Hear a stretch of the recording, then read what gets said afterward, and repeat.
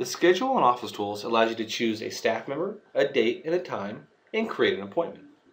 This can be used for a lot of different reasons, whether it's a scheduled event with a client, some type of internal notification to other staff members, and you can view this in a lot of different ways. What we're looking at right now, for example, is a day view. We can also view this in a week view, month view, or by either double-clicking either of these views or coming to this undock option, you can actually load the external calendar. This is very handy for looking at either multiple staff members at the same time. As you can see here, we're actually looking at Sam Smith's schedule along with Jarrett's. Now we can combine this external calendar, or we can choose to have it looked at in varying columns where you can actually toggle between different staff members. If you like, using the options here in the settings filter menu, you can actually choose how many calendars you're viewing at once. So you can get a nice side-by-side comparison if you need to.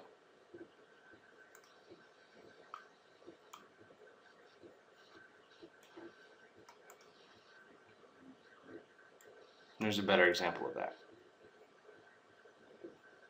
So if we close the external calendar and we go back to the day view for Sam Smith, we can see that he's got an appointment at 9 with Joe's Bar and Grill, 11 o'clock with ABC Company, and it looks like there's a staff meeting at 1. Now the staff meeting is going to include multiple staff members, and we can visually see that represented by this icon here. Clicking on that will actually display all the associated staff. If you need to edit one of these appointments, for example, perhaps this 11 o'clock appointment with ABC Company is delayed. Well, very common function, you can simply click on it and drag it to the appropriate slot. Or grab the edge and expand it. If you need to edit the details of the appointment, just double clicking on it will actually open it up. And here you're able to go back into the edit screen and change any details. Down at the bottom, you can print a confirmation letter, send an email reminder, which will actually populate an email with these appointment details that you could then send to the client. You can adjust when the reminders show up on the staff member's activity list. For example, we can see down here on the bottom the details of this appointment.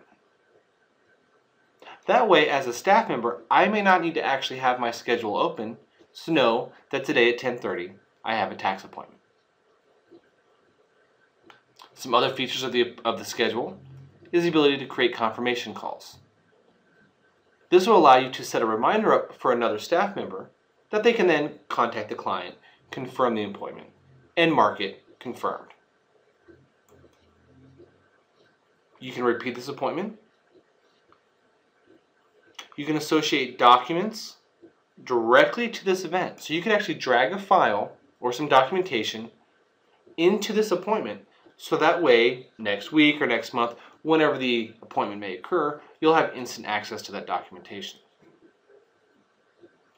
Once you save the appointment, it'll obviously update the information, and if you've checked that email reminder box like I did on the bottom, it will actually create an email reminder, which you could then hit the send button and deliver that to the client.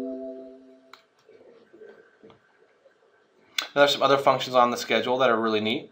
For example, if you're looking ahead and you're trying to figure out what may be coming up next week and you get onto a different day, or last week, you can actually just hit this little option right here and it'll automatically take you back to your calendar for today. You can highlight multiple days in a row and it will display only those selected days. There's also two different views. What you're looking at right now is what we consider the staff view. You, as a staff member, being logged into this workstation, it'll display by default your schedule. Now again, while you can look at other staff members' calendars also, what we have here is a staff view and a contact view. Now the reason the contact view is important is because as you're creating these appointments, as you're tracking these details, it's actually storing those specific to the contact. So your appointment that you have next year or last year or that you had the previous year, all those details will be retained in the system.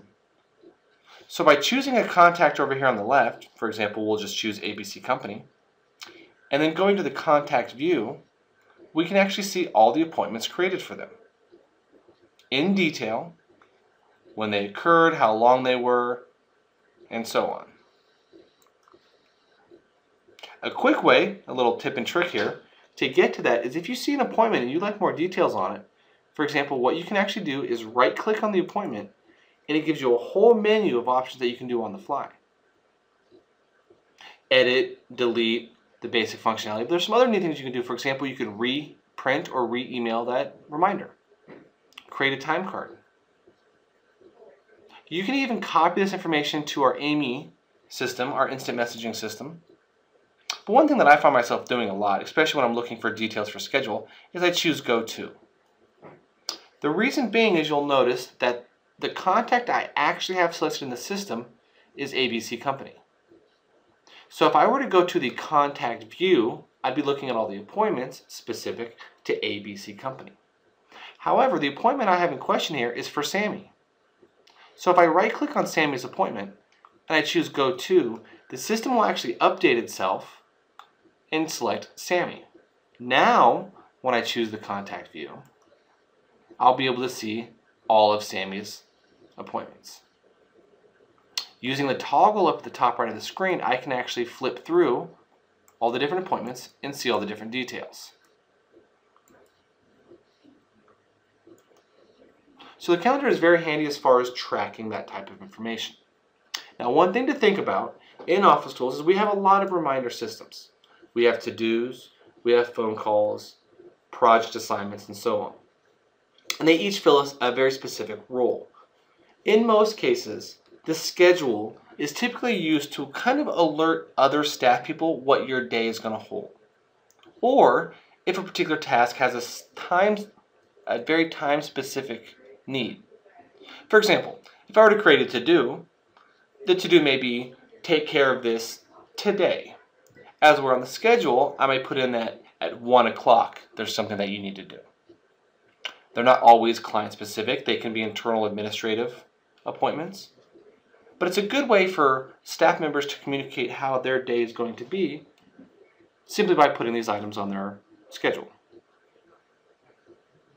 Some additional options are under the Manage function. Now this is reserved for a very high level of user rights, typically admins.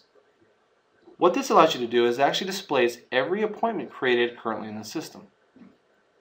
Using this function, you can actually sort, filter, update, change, delete, do all types of things to any appointment in the system in bulk. The colors that you're seeing on the schedule represent what we call an event type. Now, event types are customizable, both in description and colors, and you can adjust those by going to the Set It menu, Schedule, Event Types.